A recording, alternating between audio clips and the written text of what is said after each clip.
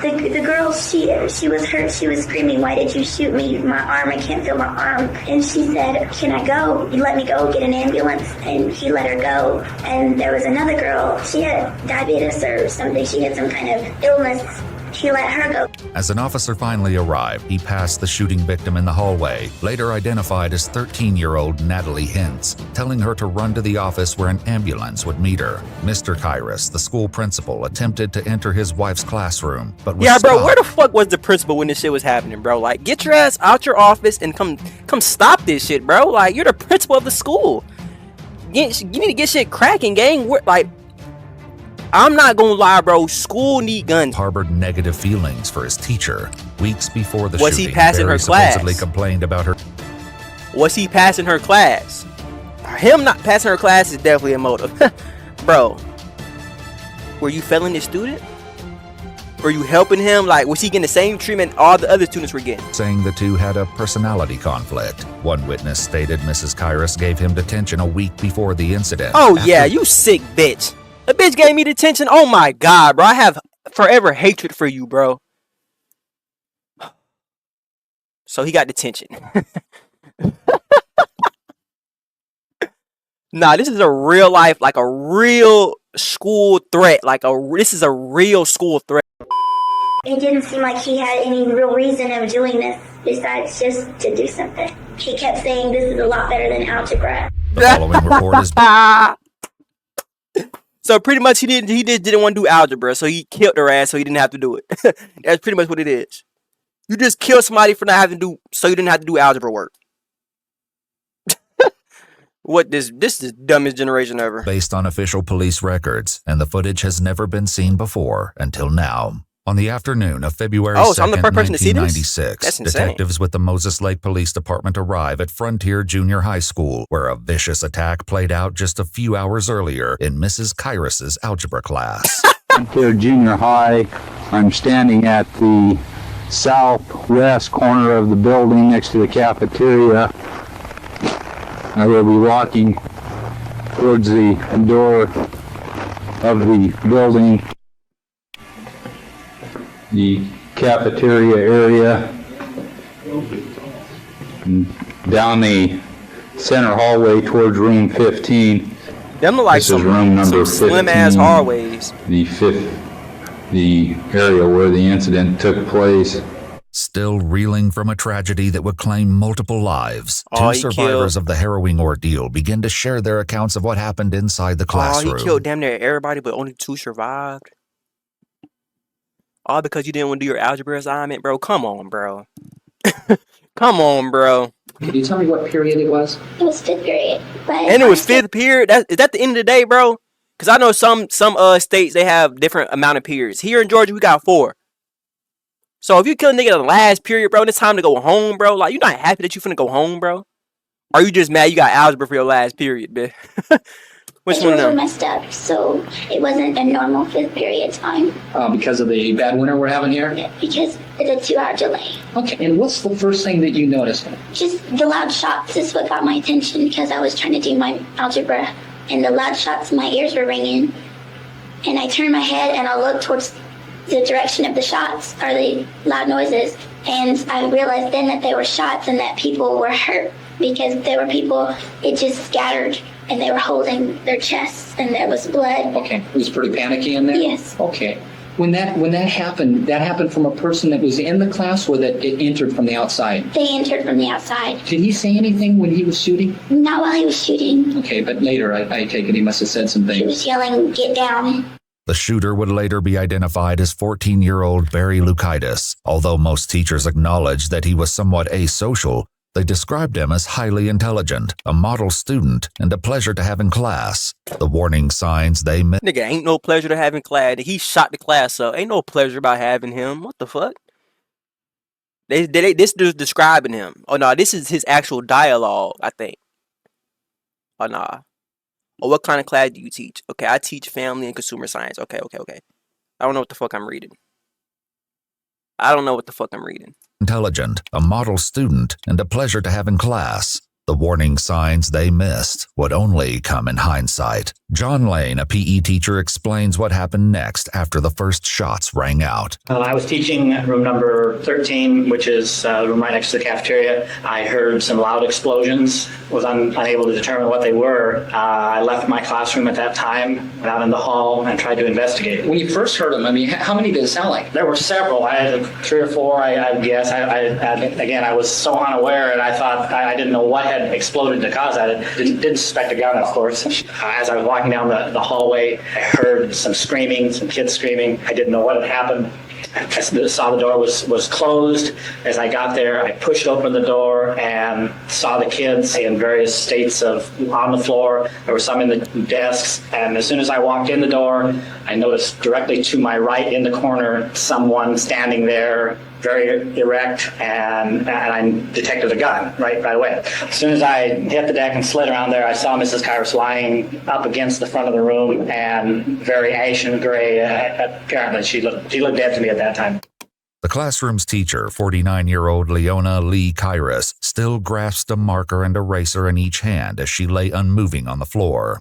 Several students were also shot, but Mr. Lane had yet to realize how many or how badly they were injured when he dove behind the teacher's desk for cover.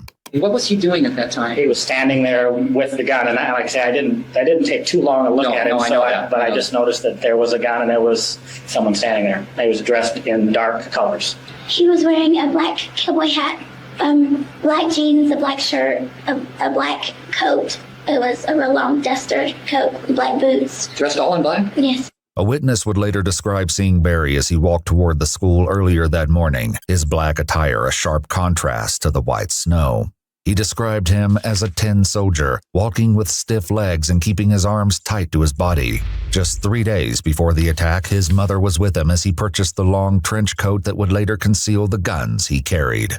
Could you see him with a gun? Yes. Okay. And realizing that, and maybe I'm wrong here, that you're probably not real familiar with guns, was this a firearm? Was this a short firearm? It was a rifle. I've been hunting. Okay. Then, and I apologize for that. Didn't mean to Smart insult your little girl. intelligence. That's great. I It was a wouldn't even rifle. know that. Yeah. How many Like a times did he shotgun to shoot, me. do you know? Mrs. Carter, he shot Mrs. Carter's once. One time. He shot as many times as he hit. And I felt like he had shot before. He's handled a gun before. Barry entered the classroom that day fully armed with his father's guns, a lever-action rifle and 2 holstered handguns, including a revolver and semi-automatic pistol. These are the 2 holsters and the boots taken from the suspect. Oh, so he did this shit without giving a fuck. He left the murder clothes and everything, so he just really don't give a fuck about life. The shells in the gun belt by the desk.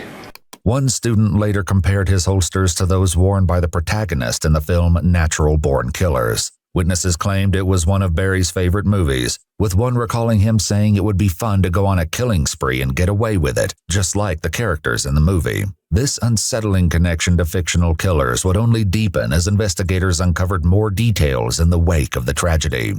The guns laying on the desk. The first one appears to be a large caliber revolver. Actually, a large revolver, unknown caliber at this point. 4 days before the shooting, classmates recalled Barry asking if he could buy shotgun shells. When asked why, he eerily replied they would find out later. He told another classmate Oh the yeah, shells fuck no. No, on my mother, nigga ask. If somebody come up to ask you, where could you purchase shotgun shells? You tell him, I don't know. Shit, look on the internet. And he'll come back to you and say, I'll just find out later. You just think nothing gonna happen? Like, is he not suspicious to y'all? Like, are y'all blind to the fact? Like I say every fucking video, are we just blind to the fact? It's like nobody on their P's and Q's. Like, y'all not on your P's and Q's. That's y'all problem. Why is he just walking into school? Where is the damn metal detectors? We are in the 90s though. But I'm pretty sure the 70s and the 80s was like the prime of serial killers, bro. I'm pretty sure that was, bro. Because nowadays, that shit is not like... Serial killers aren't that... They ain't that common, bro. That shit ain't that common, bro. objects the size of a dog. He also questioned the power of a And rifle we just think compared nothing to gonna a happen. shotgun. 30-30 with a live round. The chamber. Okay, can you show me the side of that, Paul? Is there a insignia on that? There it is. It's a Winchester Model 94. Yeah, just...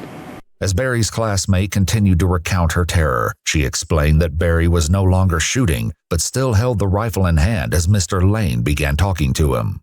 He was asking, why did you do this and what does he want and does he want to talk about it, and for him to put the gun down and, just trying to persuade him that this was not the right thing to do. Where were you? Were you on the floor? Yes. Okay. Don't tell me he shot his ass too, bro. Was there other people on the floor at that time? Everyone was on the floor. Okay. There was a guy in the first row and he got up and was holding his chest and walked clear across the room and finally fell. Could you see the suspect or Mr. Lane? Yes, I was behind a chair and there's slits in the chair, and from where I was sitting, I could see his face. He kept looking at me. The suspect did? Okay. What was the suspect saying to Mr. Lane or to the rest of the class, if you know? To be quiet and to do what he asked, and nobody else would get shot. Meanwhile, reports of shots fired at the junior high school reached local authorities, who urgently made their way to the scene. Inside the classroom, Barry began making demands. He kept saying, Mr. Lane, stand up. I'm not going to hurt anybody. Stand up. I'm not going to shoot anybody else. He did say at one time, if you don't stand up, I'm going to shoot somebody, though. He did say that. Was that directed at you? Yes. He said if I wouldn't stand up, he was going to shoot one of the students. He said that one time. Okay. Did you, in fact, stand up? I kept telling him I was too afraid to stand up, and I just couldn't do it. I just wasn't able to. During one time... He here to tell the story, so he didn't shoot him. Shit. You did what you're supposed to do. And did go off one time, and he said, oh, that's an accident. According to witnesses, the stray bullet struck the ceiling, and Barry apologized to the class. These are possibly of rounds which appear to be in the ceiling area. Teachers and students would recall a change in Barry in the months preceding the attack. He became more withdrawn, unfriendly, and had notable changes in his handwriting. One teacher said it seemed as though something was bothering him. Many of Barry's drawings and poems took on dark themes of murder and death. He began making alarming comments to people who would walk by, such as, "They don't deserve to live." Just 2 weeks before the shooting, a student overheard Barry say he would kill someone if they deserved it. Whether Barry deliberately chose his victims remained to be seen, but soon, in the interrogation room, he would provide his own answer to this haunting question. For now, Mr. Lane continued his account of what happened next. I finally felt that I had to stand up and make something happen. He kept reassuring me that he wasn't going to shoot anybody, and wasn't going to shoot me, and it wasn't going to hurt anybody. What did he want at that point? I didn't. He said several times that he was going to explain later on why he was there and why he did what he did, but he didn't explain why he had done what he had done. As soon as I got up, I tried to get him to lay the gun down. He wouldn't do that. And at that time, I tried to direct his attention and my attention to the kids that were injured and kind of surveying the scene. There was one student that was down. Apparently dead. There was another student who kept saying that they were hurt. I'm going to pass out. I'm going to faint. The girl, she was hurt. She was screaming, "Why did you shoot me? My arm, I can't feel my arm." And she said, "Can I go? You let me go get an ambulance." And he let her go. And there was another girl. She had diabetes or something. She had some kind of illness. He let her go. As an officer finally arrived, he passed the shooting victim in the hallway, later identified as 13-year-old Natalie Hintz, telling her to run to the office where an ambulance would meet her. The girl who claimed to be struggling with diabetic issues came out next, and he urged her to get behind him. Mr. Kairos, the school principal, attempted to enter his wife's classroom, but was bro, stopped. where the fuck was the principal when this shit was happening, bro? Like, get your ass out your office and come stop this shit, bro. Like, you're the principal of the school. You need to get shit cracking, gang. Like, I'm not gonna lie, bro. School need guns, bro. Nah, bro. Schools need guns. They just don't need to be in reach of the kids. You see what I'm saying? And they don't need to be in reach of nobody who is untrustworthy. But y'all need guns nowadays, bro. Shit getting wicked out here. As the officer explained, he would only endanger the lives of the students inside. The officer called for more backup as the hostage situation inside the classroom grew more dire. Did you remove? And the reason I'm asking, John, is that the breezeway there's an amount of blood that's outside the classroom. You helped the female with the hurt arm, and another person who apparently was not shot but had some diabetic problems was allowed to leave. Anybody else? And there was one other, and this was the student who, and I don't know who it was laying over in the far corner of the room away from Barry, having real difficulty breathing. The one that walked across the room, he was laying on the floor. And he was breathing. I mean, he'd take a really deep breath, like every minute or so. I mean, it was a pretty long between. He was like groaning and he was not responsive. So Mr. Lane helped get him out? Mr. Lane and 2 other students. And did Mr. Lane have to ask permission Yes. for that? Yes. And that permission was granted by the suspect? Not at first, no. Okay. They asked if they could get him out, and the suspect, Barry, he asked, how close to death was he? And they said, pretty close. And at first he said, just let him lay there and die. Mr. Lane kept persuading me. You sick bitch. There's no way you seriously can do this. Like, there's no way y'all have the willpower. Like, I'm a bitch. I ain't gonna cap. I ain't shoot nobody. I ain't gonna cap. If a nigga were to come up to me and, like, I had to protect myself in self-defense, I'm blowing at his ass. I'm not blowing directly to him. I'm gonna blow around him because I ain't trying to go to jail. I'm a bitch. You see what I'm saying? I don't have, like, bro, I don't have the willpower to kill anybody, bro. I can't even stab anybody, bro. I can hardly beat a nigga to death with my hands, bro. I'm a bitch. You see what I'm saying? So I don't know how he can do this, bro. Like, you gotta be a strong-minded motherfucker, or you just gotta be a mentally fucked up motherfucker. They kept saying, please let us get this child out. He needs help. And then he finally let him go. I went back there and he was laying in quite a pool of blood. I couldn't handle him by himself, so Barry let me take another student, try to help him. Still couldn't get out with another student, so we got a third student, and finally we were able to get that victim out of the classroom. As backup arrived, the door flew open, and Mr. Lane, along with 2 other students, pulled 14-year-old Arnold Arnie Fritz into the hallway, where 2 officers carried him to an ambulance. Both Arnie and Natalie were transported to the hospital, where their lives would hang in the balance. Inside the classroom, 2 shooting victims, Mrs. Kairos and a young boy, lay motionless on the floor. With the remaining students still at gunpoint, Mr. Lane went back inside. What is the suspect doing at this point? Just standing in the corner, and what he said he was going to do, he was going to try to organize the room and get things done his way, and I guess let things progress, kind of. And at that time, this time of the incident, one of the police officers started hollering at him and called him by name and tried to get Barry to talk to him.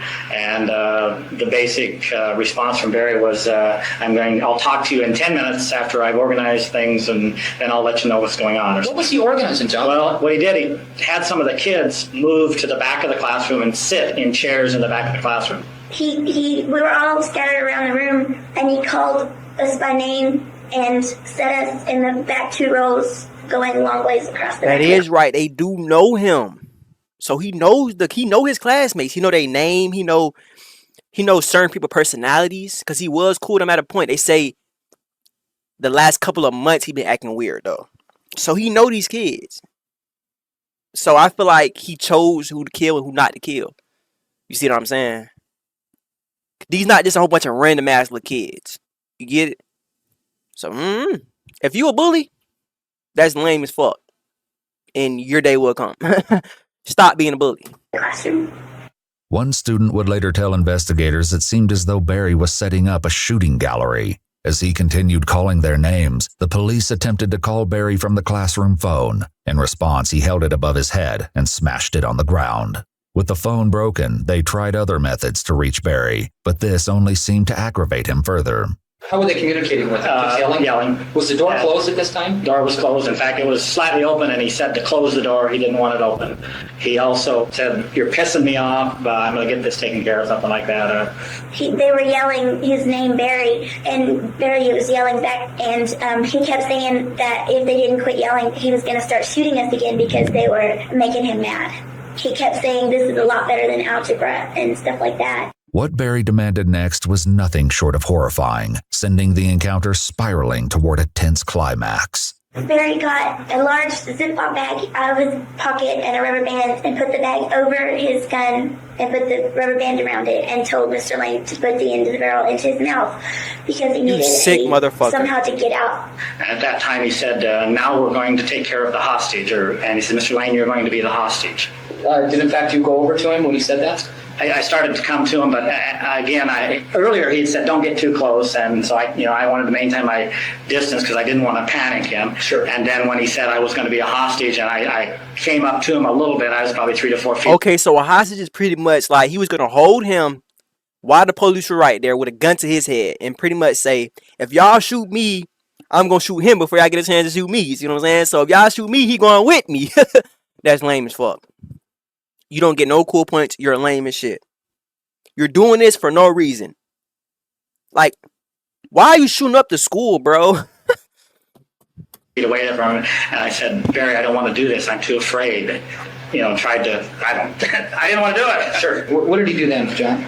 Well, I guess that's when it came to conclusion. I felt that I had to do something. Mr. Lane stood up and walked over towards him, got kind of close, and Barry kept saying, back up. And Mr. Lane would back up a little bit. And then the next thing I knew, Mr. Lane had him up against the wall. The weapon was a little bit higher and in front of him, so I kind of pinned that. I wanted to make sure that the hand wouldn't have trigger. If it would have gone off, it would have gone in the ceiling, which I wasn't too concerned about, but I wanted it pointed out. I wanted it away from the kids, and I thought I could.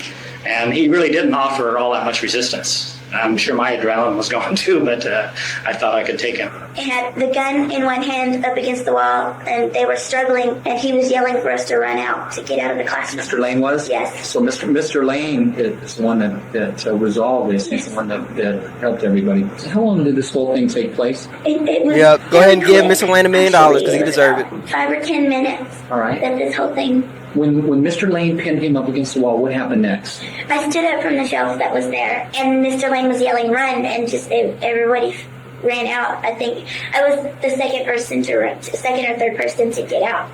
Students began pouring out of the classroom, and 4 officers rushed inside to witness the struggle between Mr. Lane and Barry over possession of the rifle. They quickly jumped in to help, disarming the suspect. With Barry finally in custody, they would soon be able to question the killer himself. As he was taken we need to see away, what's one going through this officer nigga raced mind, to aid bro. Mrs. Kairos and the other fallen student, but he noted in his report that it was clear any efforts to resuscitate them would be useless. Before they turned to Barry, Mr. Lane and the young classmate shared their final thoughts.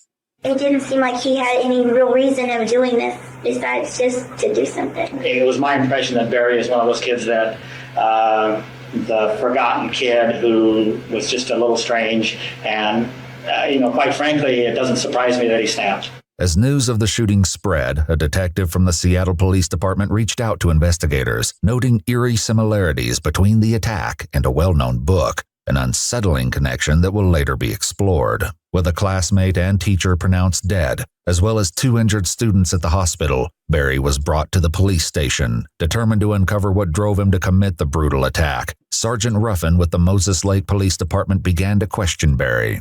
Barry, how old are you? 14. Okay, so... Nigga was 14? Have you ever been in any trouble before at all? For anything? Just anything minor? Wait, this is a high school. You're 14 and you're a freshman?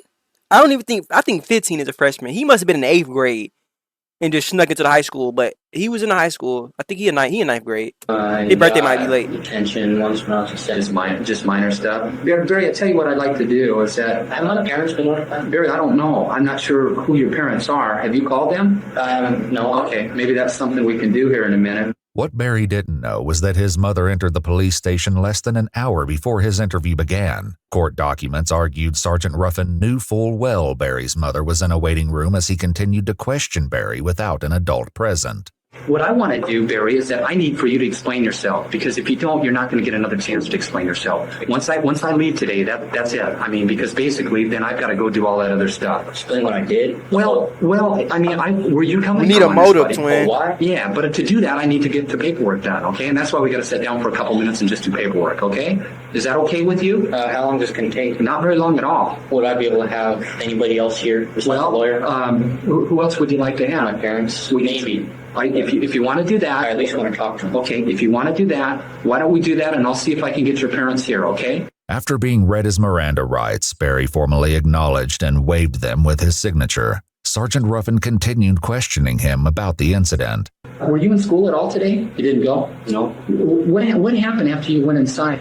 I don't know. I guess reflex took over, sort of. I don't know. It's like I pictured myself doing it or something and never really pictured myself doing anything else. Okay. Have you drank anything today? Any alcohol? I don't drink. Okay, good. I don't do drugs and I do not smoke. Okay. I don't think what I'm hearing is all true. And now those people up there that were injured, did those people do something to you? What have you been told? Well, I spent some time up there at the scene there, and I understand that you were pretty angry. And were you angry up there with those people? No. Not at all? Okay. Did you know any of those people that were injured?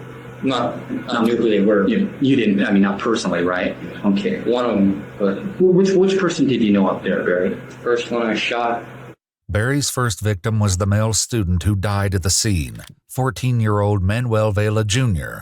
According to witnesses, Manuel had teased him in the past, calling him. He was the first one to go out, bro.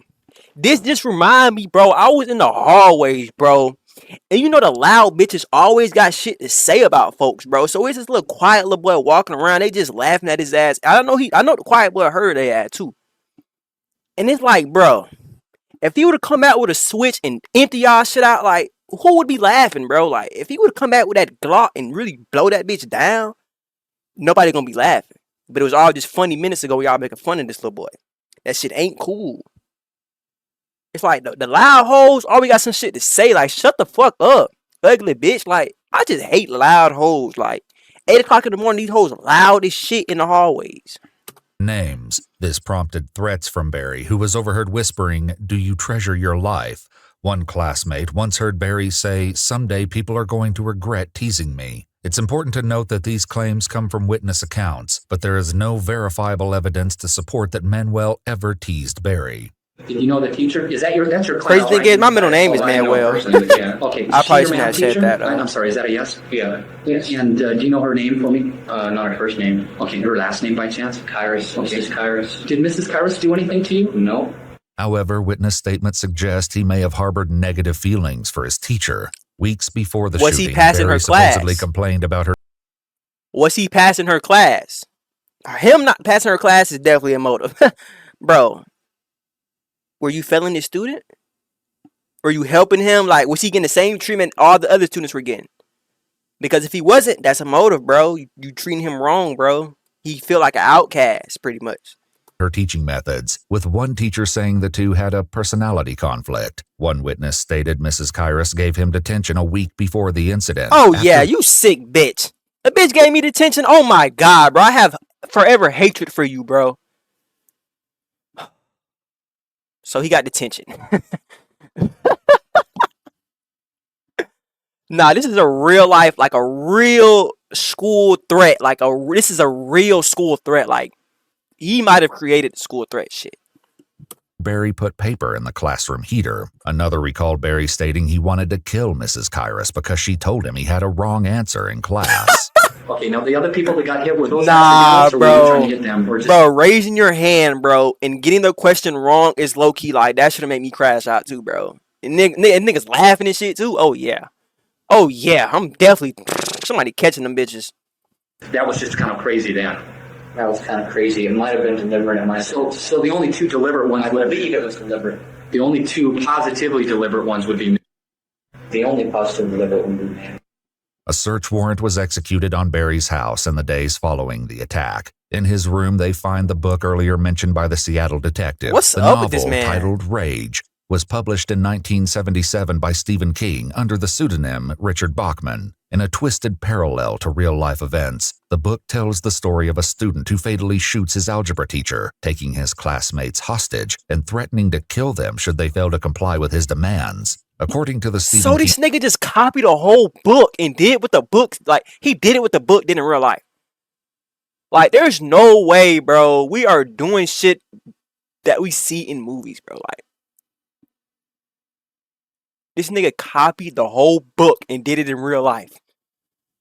Dude, you're a sick-minded motherfucker, bro. website, the book was later removed from print due to the sensitive nature of its content. Why was this even Another allowed? notable book among Barry's collection is Gunslinger, the first volume in the Dark Tower series. The novel contains Western Gunslinger. themes, with the main protagonist often depicted as wearing a trench coat and cowboy hat, wielding guns similar to those Barry used during his attack. Though Barry never admitted in his interview whether he drew inspiration from his favorite movies or books, his actions and the eerie parallels to the fictional killers are impossible to ignore. I need to ask. What am I going to do after I'm out of here? Are they going to go back to the cell or what? You know, Or they need to ask me some more questions? well, I think if you and I can clear this up, I mean, why is there somebody in particular you wanted to do, or somebody you want to talk to? Well, I would kind of at least let my parents know what's going on, Okay. but We can- I don't know if I want them here. And Sure. And I give you my promise on the deal here. If you want your parents here right now, I will get your parents. Yeah, I know, Okay. but I don't. All right. At this point in the interview, Sergeant Ruffin was interrupted by another officer and briefly left the room. When he returned, he had news to share with Barry. Barry, we have a little technicality here, and here's what this is that your mom apparently, and I haven't seen your mom, I don't even know if your mom's here, but apparently she called a lawyer, and the lawyer called down here, and the lawyer said that he wants me to stop talking to you.